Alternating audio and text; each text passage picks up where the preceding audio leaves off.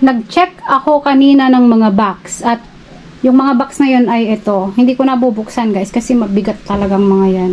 So nakita ko yung mga file ng mga towels. Ang dami. Ayan. So hindi ko kasi ito chine-check masyado.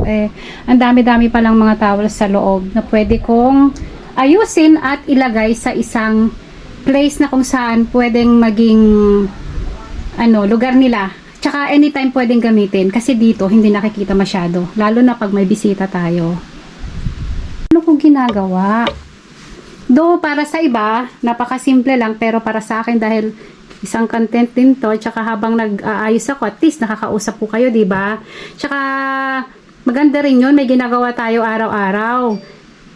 Nakaka-relax na, nakaka-exercise pa tayo. Very healthy, guys. O, di ba? O, ito, papakita ko sa inyo. Aayusin natin tong mga towel ngayon. Ayan. So, ang ating plano, so aayusin ko yan at ilalagay ko doon sa taas. Dito lahat. Dito yung mga towels at saka dito sa ilalim naman, dito ko ilalagay yung mga bed sheets. Diyan. Yung bag na yan, dyan muna yan kasi giveaways yan. Sa mga magpapa-star daw. Hindi. Joke. Pero dyan yung plano. So, ito. Lahat yan. Lalagay ko doon sa taas. Now, let's begin. Ayusin natin tong mga towel na to. Gusto ko kasi maayos. Kasi kapag maayos ang mga gamit, maayos din ang pag-iisip. Alam nyo yun? Malayo tayo sa kung ano-anong mga imagination. Baka mamaya, nagsasalita na tayong mag-isa dyan. Kaya iwas ganon. Dapat healthy lang tayo. Kahapon kasi nag-isip ako, ano kayang dapat kong gawin bukas para sa content ko. So naisip ko, ano yun? Sorry Narinig nyo yun? Kasi malakas yung hangin dito sa amin. Now, ito. So, i-roll lang natin siya ng ganito. Ganyan, di ba? Very easy. Parang lumpiang Shanghai lang. Kanina nung nag-check ako ng mga comments dun sa uploads natin, dun sa new upload natin, marami akong nakitang dumikit. Yung mga bago ko gawin to. Nakita ko yung mga pangalan ni na Ma'am S.J. Gregorio. Hello, Ma'am. Shout out sa'yo dyan. Kay Ma'am Claire. Kay Ma'am Jonalyn Placido. Kay Ma'am Andrea Parks. Hello neighborhood. Hello ma'am, salamat po sa pagdikit ninyo. Kung hindi ko man kayo mabanggit ngayon, sa susunod na scene natin ay babanggitin ko yung mga pangalan ninyo. So, ano lang po, hinay-hinay lang, mahinang kalaban, mamaya, babanggitin ko ulit yung mga pangalan. So, dun sa mga unang na shoutout, salamat sa pagsuporta sa ating channel. Ayan, diba maayos? Ginutom tuloy ako. Kasi sabi ko kasi lumpia Alam niyo yun? Lumpiang Shanghai. Favorite ko kasi yun. Favorite nyo din ba yun? Ano pang naiisip nyo pag nagro-roll kayo ng mga towel na ganito? May naiisip ba kayo? Alam nyo ba yung Tootsie Roll guys? Nung bata pa tayo. Bata pa tayo? Course, lahat bata, no? Ayaw pang maging matanda. We're just 16, 16 years old. Ayan, nakakita niyo ang cute, diba? Ganyan. Alam niyo kung bakit ang dami-dami naming towel? Kasi magaling din kaming gumamit. Joke. Hindi, of course, may extra dapat. Kasi kapag may mga bisita tayo sa bahay, syempre may gagamitin, di ba? Mas maganda na rin yung ganon. May extra ka na gagamitin. May kwento nga dyan Yung inilagay kong towel dun sa labas. So nakasabit yun. May bisita, tinanong, nasaan yung towel? Pahiram ng towel ninyo, pahingi, parang ganon. Syempre, clean towel yung ibibigay mo, diba? Eh, syempre, may nakasampay dun sa labas na bagong laba. Di sabi ko, kuha na lang sa labas kasi may nakasampay dun. Ang kinuha niya. At that time, may aso kami. So, ayun. Kinuha niya yung nakasampay. Mistake. Ang nakuha niya yung towel ng aso. Eh, sorry. Nakita ko na lang, tapos na niyang gamitin. Eh, gusto kong sabihin sa kanya na mistake, pero hindi na ako nagsalita nun. Sorry kung sino ka man dyan na gumamit ng towel. It's a prank. Pwede kong gawin sa kanya, pero hindi pwede. Natapos na kasi yun. So, sorry po sa nangyari. Alam nyo, tao lang tayo.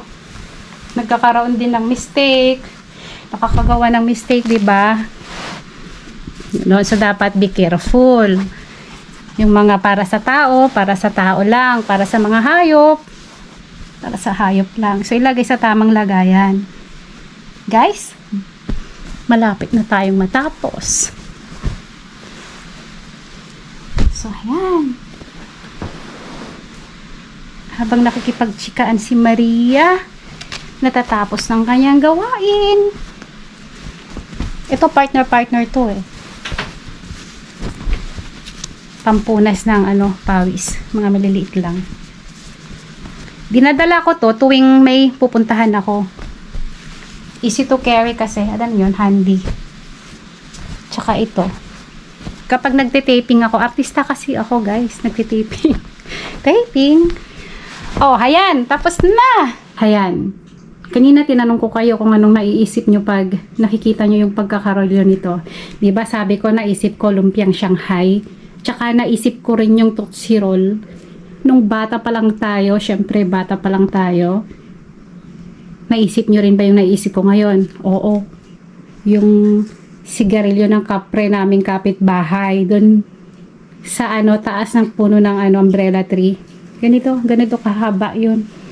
Pag pagtugtungin mo yan, ganyan. Yung tabako niya. Okay, tapos na tayo dun sa parteng yon, mga kababalaghan stories natin. Mag-shoutout muna tayo bago natin ipagpatuloy. So, shoutout kay Ma'am Moily Alusig. Ma'am, salamat sa pagdikit. Kay Ma'am Girly Guillermo. Kay Sir J.R. Robin Malabanan. Maraming salamat, sir. Kay Ma'am Susan Villamor. Kay Shaidal Shane Cabreros. Kay Ma'am Claire Cabalunga. Ewan ko ma'am kung paano ko ba ipopronounce yung apelyido mo. Cabalunga o Cabalunga.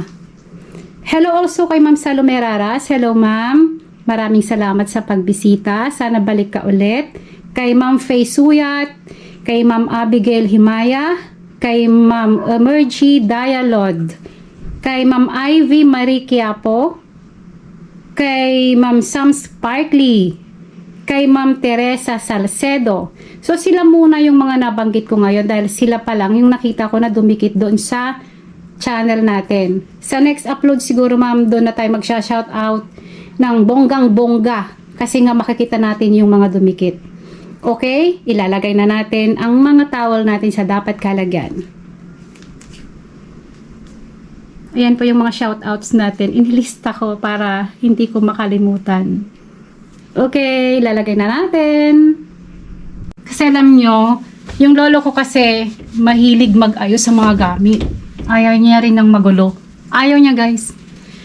Sabi niya, kapag nag-asawa ka na, dapat maging maayos kasi baka kapag hindi ka maayos, isasauli ka ng asawa mo. Kaya dapat ganito lang tayo guys. Ayan. Ayan. Ganyan lang yan. File.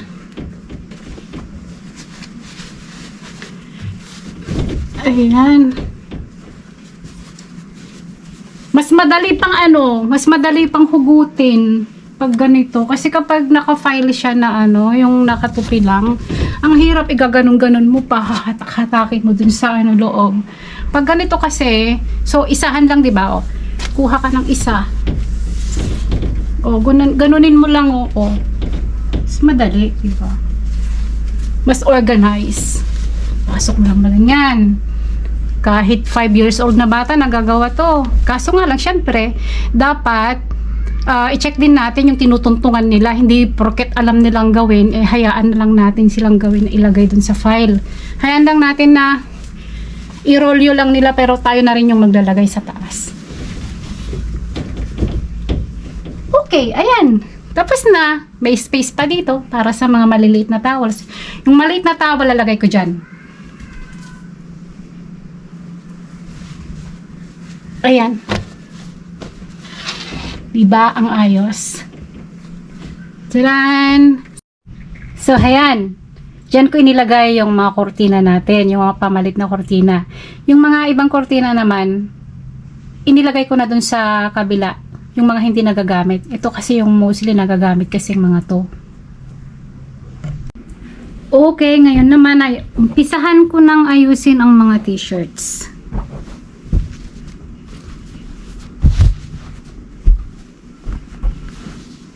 So, depende sa kulay kung ayusin ko to. Depende naman sa kulay yung magkakasama. T-shirts, sando. Okay, nito, white. So, dapat sa white lang to. Hindi pwedeng isama sa mga decolor. Para mas madaling hanapin, syempre. Ayan. Dito natin ilagay yan. Ito.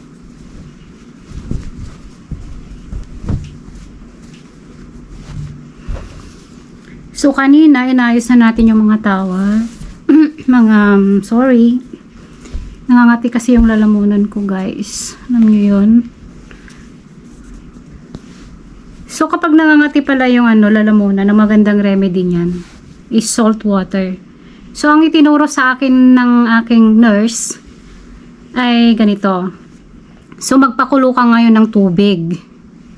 Lalagyan mo siya ng marami, generously, maraming asin.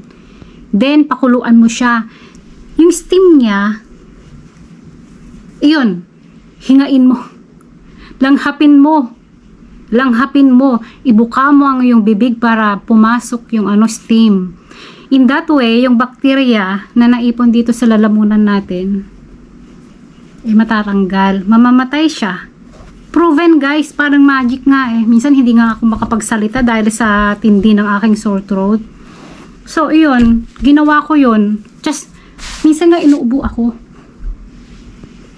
Habang inuubo, ang sakit-sakit talaga ng lalamunan ko. So, instead na bumili ako ng gamot, yung gamot kasi kung minsan, hindi naman natin alam kung safe o suited sa atin, di ba, lalo na kapag emergency time. Wala na tayong time na pumunta pa sa doktor, ganun.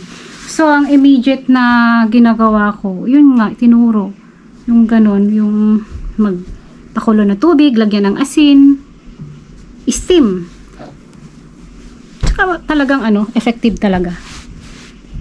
Try nyo. Malay nyo. Effective din sa inyo yung ginawa ko.